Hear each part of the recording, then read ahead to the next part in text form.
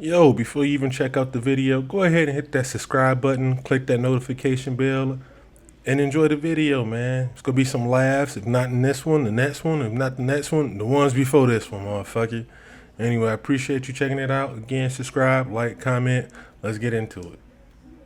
Yeah, what up, YouTube? It's your boy Bundles checking back in with another episode of Story Time. I think this is like the fifth or sixth one. So last time we covered, well, the first time I ever got cheated on, that I know of. You know what I'm saying? So I'm gonna share this story with you. This is the first time like I cheated, like in a for real serious relationship. Like, well, after that shit, after that whole one. But this was like in my 20s. I'm a grown man all the way and shit, man. Living with this bitch and everything, bro. I'm gonna tell you this scantless ass shit, bro. But before we jump into that shit, man, the gameplay that you witnessing right now is Scott Pilgrim versus the World on the Xbox One. I had this shit on the 360 years ago. Then they had this whole little issue with fucking licensing with whoever made this fucking movie, so you couldn't play it anymore on the 360. So they re-released the shit again, so you had to re-buy it, which was some weak ass shit, by the way. But yeah, Scott Pilgrim versus the World, little 3 players and shit. Me, Jess, and the little girl getting it in. So yeah, watch that shit while I tell you this bold ass story. So this would have been around 2006 ish. You know what I'm saying? I'm on Facebook. This was like back when they started letting motherfuckers just use it randomly or whatever the fuck, right? Because before then, you needed a college email address to use Facebook. So everybody on my Facebook, friend list was motherfuckers I went to school with. So like around 2006 ish, I'm at my mom's house. I'm on her computer and shit. I'm on Facebook. And I think I was just randomly adding bitches. I ain't gonna hold you up. I was randomly adding bitches on Facebook, bro. Came across this one little dark skin thing, bro. I got a fetish for them bitches, right? Come across this one little dark skin thing. Big lips, big titties. She looked thick as hell. You know what I'm saying? I jump in there. You know what I'm saying? I made a comment about her hair color. I said some shit like, what made you get a pink hair or some shit. Hair wasn't pink. It was actually red. It was just shitty camera work, right? We just kick it from there. Come to find out, this bitch literally stayed directly around the corner from my mom's house, like right where I was at. But we never, took anything past that or whatever. So it was just randomly kicking it. So like maybe the next summer I'd say, right? Yeah, it was about the next summer because I was wilding in 2006, so it had to be 2007. So yeah, this was 2007, you know what I'm saying? Shit was getting a little rough. I lost my car at this moment. I had a fucking Montana. I had a gold minivan, a Pontiac Montana, bro. Lost that motherfucker. So I'm kind of hurting out here at the moment, you know what I'm saying? Wind up, hitting the old girl up and we just randomly kicking it. I'm about to walk around the corner and come kick it with you. Come on. So I go around the corner, you know what I'm saying? Kicking it on the porch with her for a couple of hours and shit. And we just like, yo, we should go out one night. We do that, get drunk, we go back to her house, and I don't think I left for about a year after that, you know what I'm saying? I did that voodoo move baby girl did to me, like, you stay the night one time, you basically just live in that bitch. Ain't no shame in my game, bro. I was a young nigga, you live and you learn, right? At the time, though, I had this little hoe-ass job working at Home Depot. For some odd fucking reason, I could not find a job in my field. I was just working at Home Depot part-time and shit. It wasn't no real money, but something was better than nothing. So I say about maybe 3, possibly 4 months into us just kicking it or whatever, I lose that job, bro. So I lose that job. I still don't have another car at this point. And I have no, prospects of getting a job lined up. I'm just basically, I guess, the definition of a bum-ass nigga at this point, basically. But on no sucker shit, though, baby girl held me down, bro. She would give me her car to drop her off at work and just do whatever the fuck I wanted to do after that. You see statuses like that now. That was kind of my life for a brief period of time, bro. I'm not gonna hold you up. Babe, I'm hungry. Can you, leave some money out for me so I go grab something to eat before you go to work? On that type shit, bro. I'm not proud to say it now, but you know what I'm saying? I was getting how I lived at the moment, and that was my girl. She looked out for me. So eventually, I say roughly It was about the next year, February of the next year, I say, right? No, I don't even think it was February. I take that back. No, it was November. So I say about 3 months I didn't have a job. November comes around. I apply for a job at Onstar. At the time, I didn't know what the fuck I would be doing. I just fucking applied because I heard, hey, they hiring anybody. And they were paying like $11 an hour, which was a big jump from what the fuck I was making at Home Depot with a fucking, you know what I'm saying, certification degree and all this shit, bro. I was getting paid chump change. So I jump on that shit. I apply. They bring me in for an interview. I literally just tell them my name, birthday. They hire me. Literally. So like this is like my first for real, like kind of job for real, for real. Little did I know, like shit like that, they just don't really ask you shit in the interview is a red flag before they offer you the fucking job. I'll touch on that probably in another story, but back to the topic at hand. So I'm like super excited. I'm about to get back to making money. You know what I'm saying? I can do shit for her without, you know what I'm saying? So I was feeling real good about this shit. That was my dumb ass dog. I don't know why the fuck she chooses to do that while I'm recording, but yeah. As I was saying, bro, I was super excited to get back to work, make some money, and just be back on my shit. You know. What I was not expecting, though, was the amount of new bitches I was going to be in contact with at my new job. Like, literally 98% of the motherfuckers I worked with were women. 1%, just two other niggas. The other 1% is just gay niggas.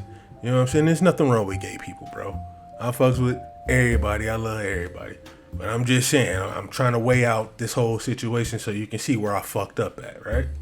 Like, I don't know how OnStar out in Pontiac was before I got there, you know, but it literally was just bitches galore. I mean, all kind of shapes, flavors, just bitches all over the fucking place, bro. And the best thing about it was, if you didn't see anybody you liked while you were there, like every other week, they were hiring at least 20 new bitches.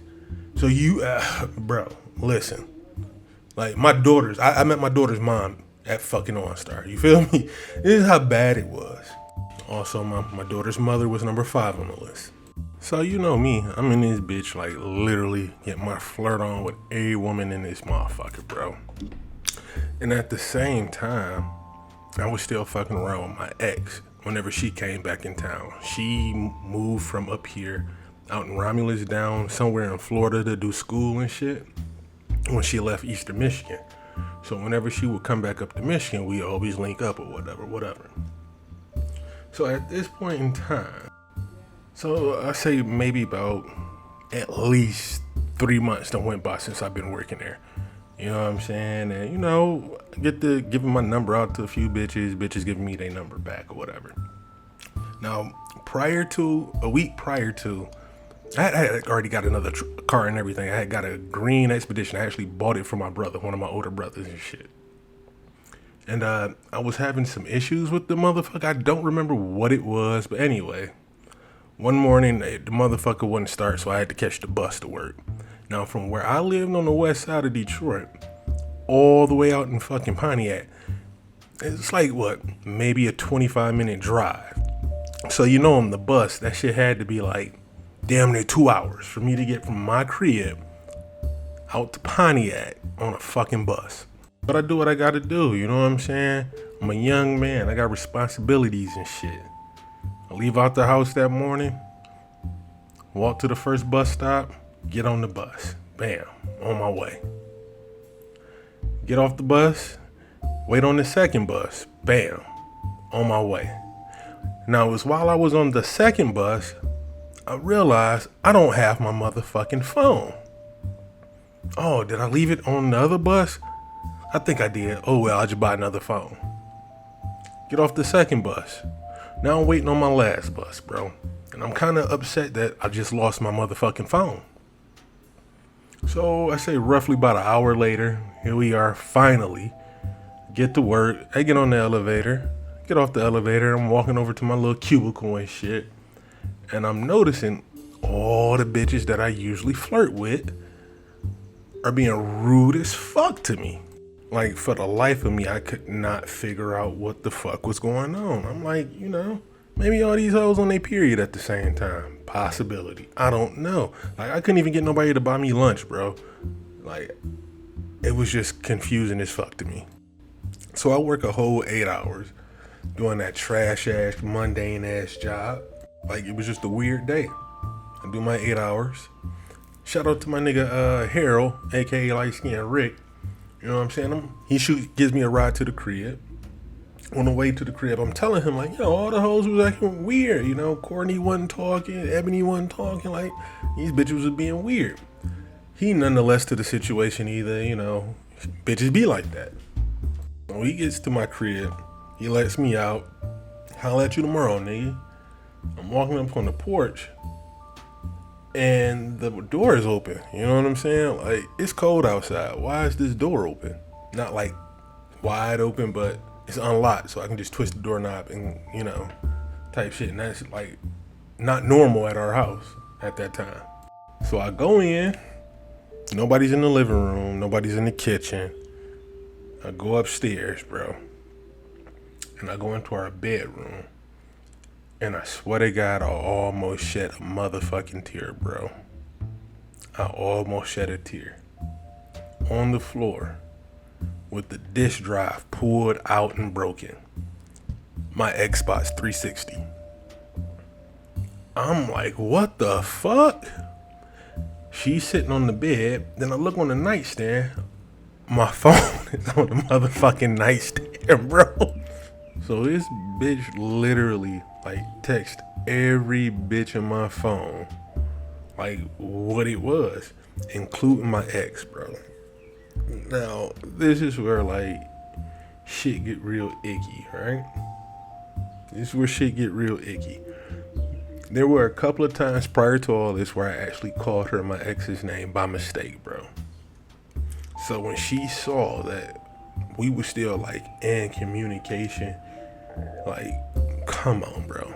Like I said, I'm a young nigga, bro, and this is the first time I'm in this kind of situation. I'm trying to think real fast what's the best way to maneuver myself about this shit. So I just told her the truth about everything. I be flirting with the bitches I work with because they spend money. They be buying me lunch and shit. And I still talk to Darlene because, she spend money on me. She give me money. She send me money, da-da-da-da-da. Knowing that was a damn lie, bro. Me and Darlene was still fucking whenever she came in town, bro. That's just what it was. But here's the kicker, bro. D would always hit me up whenever she was in town, bro. How the fuck would I know you was in town? She would always contact me. So at some point, during that day, she was contacted by my girlfriend at this time. V contacted D at this time, right? And D just completely threw me under the motherfucking bus. She basically told this bitch everything, minus the fact that we were still fucking. Why would you do that to me? I thought I was your man. I felt hella betrayed by D that day. So, you know what I'm saying? Me kissing V's ass about this whole shit. How can I make this right? Da-da-da-da-da. I'm gonna call this bitch until I ain't talking to her no more. Swear to God, bro. I called this bitch. She answers the phone, bro. And I'm like, yo, I can't talk to you no more. You know what I'm saying? This, that, and the third. I appreciate you sending me money, this, that, and the third. But yeah, I'm just coming up with shit off the top of my head. She on the other line laughing her ass off. Nigga, really? You going through all this? Yes, bitch, I'm going through all this. I don't think speakerphone was a thing back then unless you had a Nextel, and I did not have a Nextel. I had a little Nokia shit. And so she couldn't hear that, Darlene was laughing and all this shit or whatever the fuck. She straight up said, you gonna give me some dick when I come back? Yup. I'm not talking to you no more.